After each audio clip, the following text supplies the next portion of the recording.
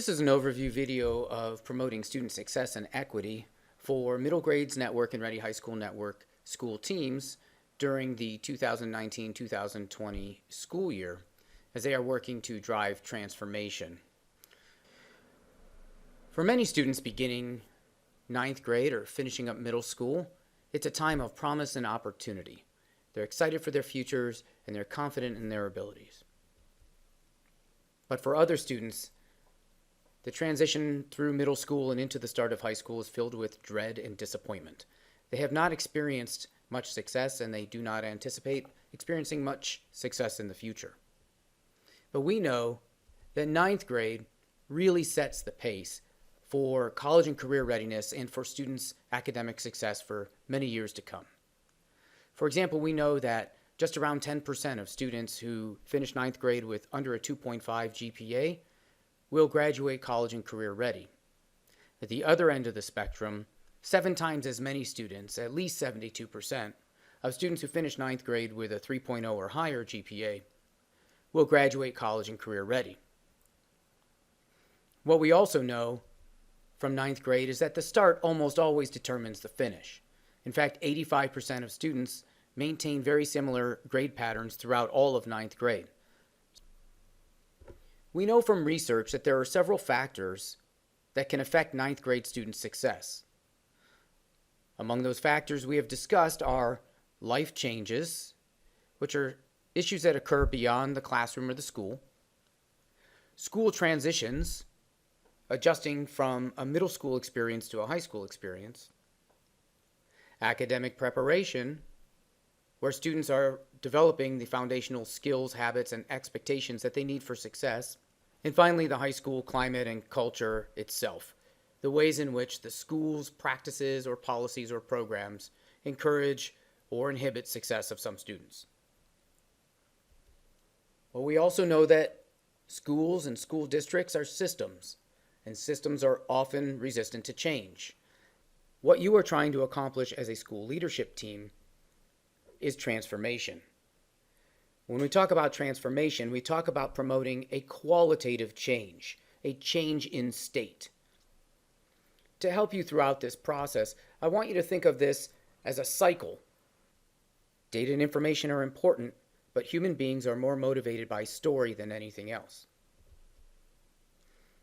So at the beginning of your work, always begin with a foundation of evidence and data so that you are certain you are focusing in the right areas.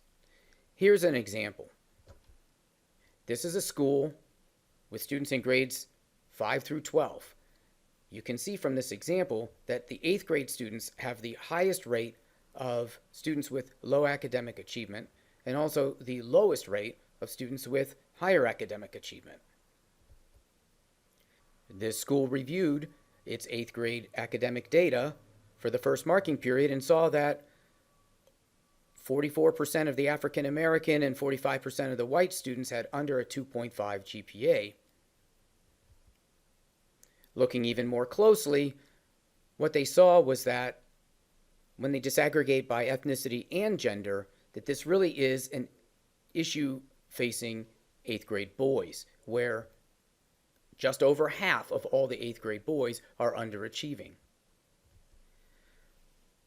When they looked into the specific details of some of the boys, what they saw was that a significant majority of them were failing their math classes at the end of the first marking period, and several had unexcused absences.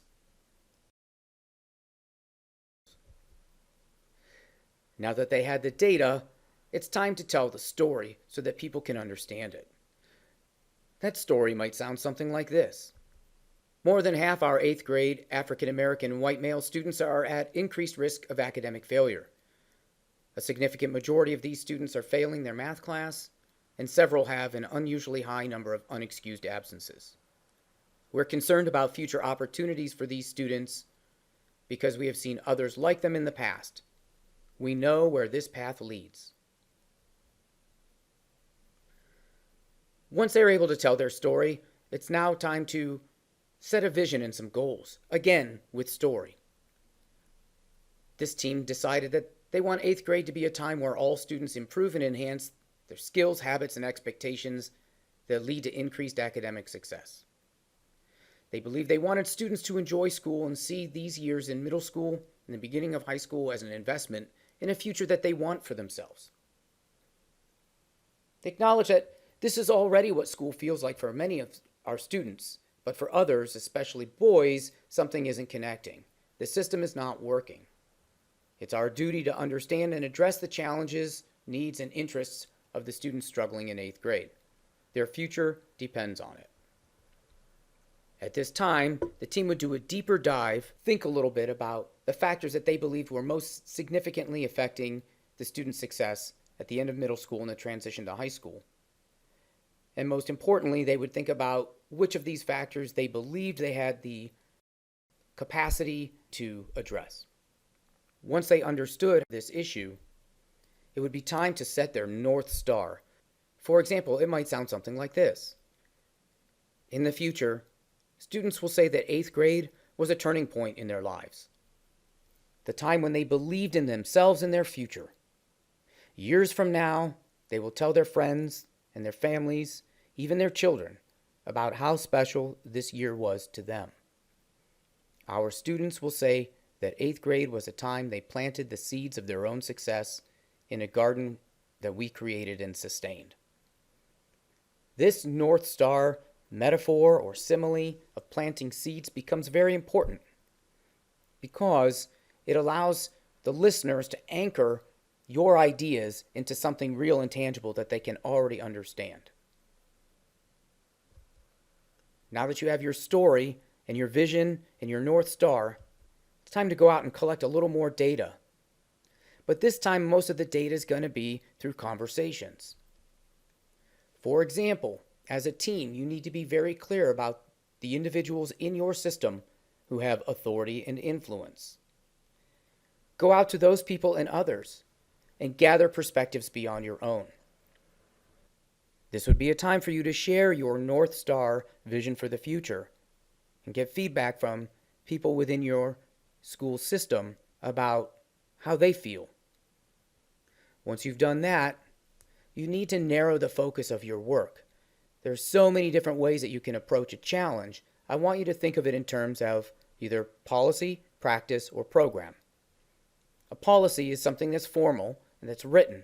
It's universal and stable, which is nice. One of the challenges is that policies are difficult to create, but a benefit is that they're also difficult to change. So once they're in place, it's hard for others to undo them. However, you have some risks. One of the risks is that sometimes the way we intend our policies to be implemented are not necessarily the same way they are implemented, and those policies can have unintended consequences. Another way to promote transformation is through a change in practice. And practice is more of a grassroots change because it affects everybody and the way they do business in their classroom or hallway or the school. So you have the potential for much broader ownership. However, there's a risk that some people will reject the change in practice, or others will engage in uninformed implementation of the practice. And finally, you could also run into an issue of fatigue. As new people come into the school, you have to keep training them. You need a plan for sustainability. The third way that you can approach a challenge like this and promote transformation is through a program. Programs are targeted. They're championed by an individual or a small team of people. They're much easier to implement because you don't need to have everyone on board. However, there's a risk. If those people who are championing and running the programs leave, you could lose the program, or at least what made the program special. Also, there's a risk that other people could completely neglect it, or that it might not be sustainable, could get cut in the face of budget reductions. As you're thinking through which way to approach your goal for transformation, ask yourself, where has this been done before? At this point, you're back on the story part of the cycle. Write down what it is you're trying to accomplish. Plan it out and make it real. Be sure that others can understand exactly what you're trying to do.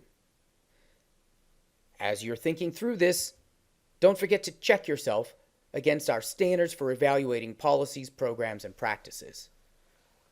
You need to be able to say yes to each one of these standards in order to know that your initiative is moving in the right direction and supported by strong research.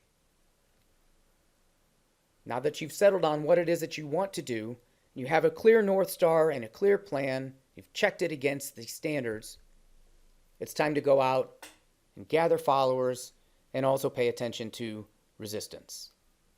Start sharing your ideas.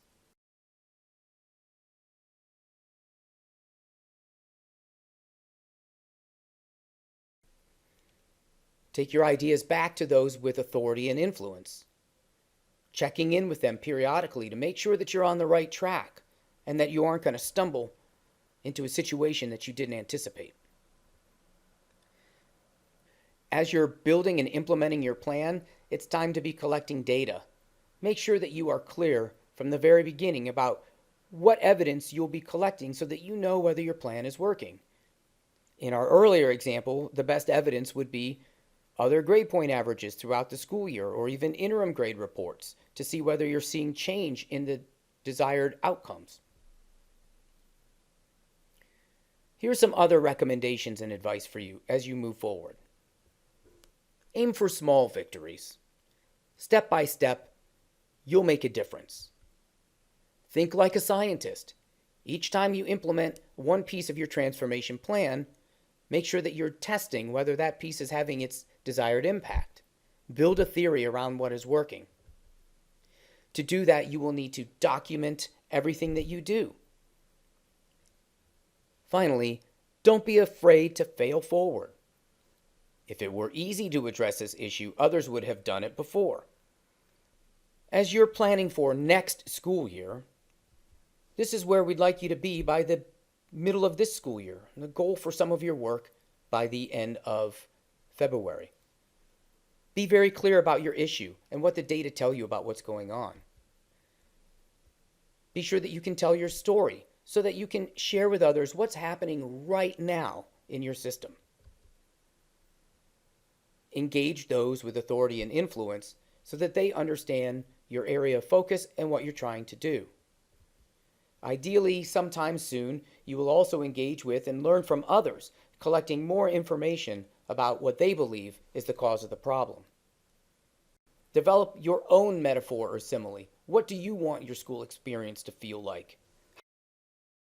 And then be gathering followers and noting resistance, having conversations with those people in positions of authority and influence, making sure that you have the capacity to implement this change so that next year you're ready with a plan that's being implemented, that others are aware of, and that is supported and sustainable. I hope the content of this presentation has been helpful and that it provides you and your school team with some insight into the nature of the work we will be doing in February. As always, we look forward to our continued partnership and collaboration.